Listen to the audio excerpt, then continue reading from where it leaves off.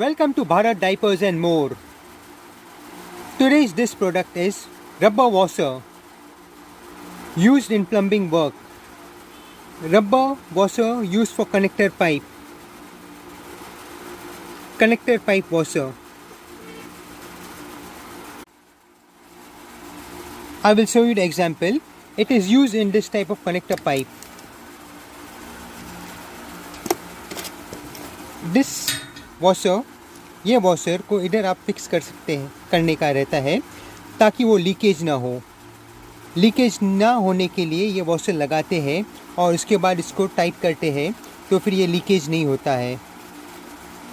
Available at Bharat store in Mahim. Contact number 9819892849। Available many different products. Go to the page for different products. Thank you for watching.